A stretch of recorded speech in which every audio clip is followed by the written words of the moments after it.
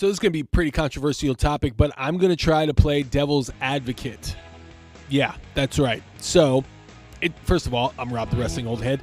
This is the wrestling perspective of the current product through the eyes of an old school wrestling fan that has been watching wrestling for over 36 years and counting. So, I'm here to talk about AEW. They have a pay-per-view like Dynamite coming up at Arthur Ashe Stadium for Grand Slam. And as this video is coming out, it's either going to happen tonight or maybe it's already happened. It just depends on when I can edit this video and get it out in time.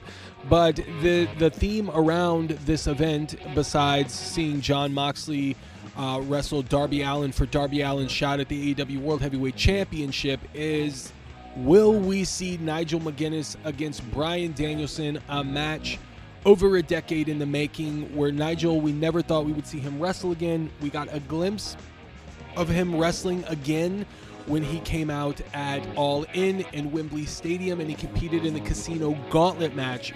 We were all shocked to see Nigel come out. I was popping hard because I was going so hard on my pops because he came out to Oasis effing in the bushes, because I think I'm still under a minute or something on this video and I don't want YouTube to demonetize me. But yeah, effing in the bushes, which was one of my favorite theme songs for a professional wrestler. He comes out to that. He does the peace sign. He looks just like old school vintage Nigel McGuinness, like Michael Cole would say. And I always assumed we would see, based on him, like all the trash talk Nigel had done on commentary for like a year plus, I thought the match that he would come back to would be against Bryan Danielson, and I thought that they would have that at Wembley Stadium. And apparently that might have been in the cards, but because of some things last minute, there was a big pivot, and apparently at Grand Slam there was a big pivot as well. And so now what we're being left with is this match being kind of up in the air, and people are not sure if this is actually going to happen, and so they're drawing a suspense to see if this is going to happen or not. A couple of things about AEW. They're not the most favored wrestling company right now. If you've looked at some of my content, I don't speak about AEW as much as I would like to, and I would like to. But the thing is, their momentum is just not really there for me to like talk about something that's exciting and have something to talk about for a long time. I love the Toni Storm, Mariah May feud that they had for a while there. That's quiet. Toni Storm has all but disappeared, and Mariah May seems to sort of be in limbo right now, trying to, like, kind of in between scenarios. I know that they brought Mina Shirakawa. They're bringing Mina Shirakawa in as an opponent for her, but the women's world champion is kind of seeming like a second-tier champion, which I know is not the intention, but when you have someone like Mercedes Moné that's the TBS champion, it kind of is like they should switch belts at this point, right? That's just my opinion, and it's a very uneducated opinion. So if you guys want to slam me in the comments for that, you're more than welcome to. I don't mind. That's just my opinion for that. There is also a big shift going on. Right now, they don't have Mercedes Moné on television. They don't have Britt Baker on television. They don't have MJF on television. They don't have Swerve Strickland on television. They don't have, who else? I think there's somebody else that's missing from the product right now. So there's a large list of superstars. Kenny Omega was the other one. Kenny Omega is not on television right now. So you got 5 guys. Powerhouse Hobbs is not on television. Wardlow has gone missing. Miro has requested his release. So the House of Black have gone missing again. Adam Copeland is injured, so there's like there's a lot of other injuries that are going on as well. So while this is all happening, I think Tony Khan is trying to shift the perspective that he had for long-term booking, and even Brian Alvarez alluded to it on his show on F4W Online, where he basically stated that Tony Khan said that he's doing away with a long-term booking, and from now on it's going to be short-term booking. Now, I will touch on that really quick. I think I understand where he's coming from with that. I know I'm probably the only one. I do understand, though, where he's coming from, because right now you can't do a long-term story with people or pieces that you want to use that are not available right now. And what you have available right now, maybe you don't want to do something super long-term, because when the other pieces come along, you might want to plug them in with the pieces that you have left to use right now, if that makes sense, right? So it's not that far out of out of the realm of possibility that Tony Khan is just doing this temporarily in order to get by until he has all the pieces that he needs, so he can start fitting the pieces where they need to go. But I do understand where it might draw the ire of some people that Tony Khan is saying, like, I'm just doing short-term booking now. We're booking show to show, because you can get caught, especially episodic television, you can get caught in a loop effect where you are trapped in perpetuity and doing this and just stuck doing show to show booking because you can't get enough time to book out for a year or book out for 6 months even. So you're just stuck doing like show to show to show to show, and there's all these inconsistencies, and it's not incongruent with the things that have been going on, and there's things that aren't followed up on, kind of sort of in a way what you're seeing right now with the product. So I get that. I get people being like a little worried about that idea of the short-term booking, because it can hold you down. It can chain you up a little bit creatively. I think one of the biggest things with Tony Khan is that I think he's stretched thin, and I think he needs to focus 100% on AEW. I think he needs to get away from his responsibilities for Fordham and for the Jacksonville Jaguars, and I think he needs to focus solely on AEW if he wants it to be successful, and he loves it. Just like he loves football, and just like he loves football, I know he does, but in order to get AEW to the promised land per se, he's got 27 people that he says that he talks to creatively and everything like that. He needs to be there all the time, even when there's not a show. I think he needs to really be focused, and maybe he's able to do it, but I just think that's really hard. 3 jobs that require way more than what a normal human mind can understand fully. The capacity to take in that information. He's like in charge of like signing undrafted free agents and stuff for the Jacksonville Jaguars, and and in football he's doing all these administrative things. Like I don't know how he does it, man, to be honest with you. That's a lot of fucking work, and I just think that with AEW that they require his full attention, especially if he's going to be in the head of creative as well as running the day-to-day product. So that's just my opinion, though. Very uneducated opinion, but I think that's one of the things that could really help.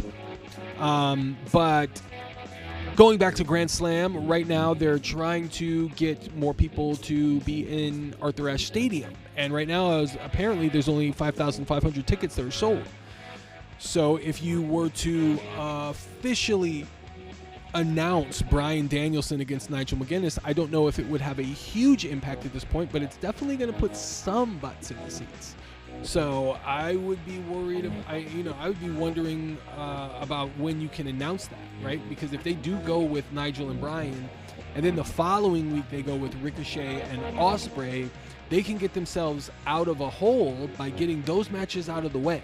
Okay, that's the whole point of this, is to talk about these 2 dream matches that everybody's saying, like, why are you going to do this? People screaming into microphones and screaming on, in bold text and comments about the fact that they're getting rid of these 2 dream matches that they could have spent time building up and given a proper main event. Both of those matches could be main events for AEW pay-per-views, and I do not disagree with that at all. I do agree that those could be main events, but here's the thing. Right now, AEW is short on main event talent. There's a lot of injuries, and I'm sure there's a lot of plans that Tony Khan is sitting on right now, and this is an opportunity for him to get 2 big matches out of the way, and then focus on some other things. So let's get everybody's waiting to see when Ricochet is going to wrestle Will Ospreay. So let's do it now. Let's get it out the way, and then let's start building their characters. Let's start getting you emotionally invested. Let's maybe start turning Ricochet more cocky. Let's maybe start having Will Ospreay rethink a lot of his decisions that he's making.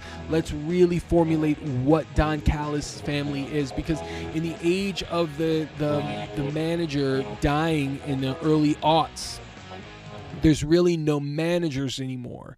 You've got Don Callis that's kind of this ambiguous character, where we don't know if we should cheer him or we don't know if we should boo him. Let's get him back to being the most hated manager in professional wrestling.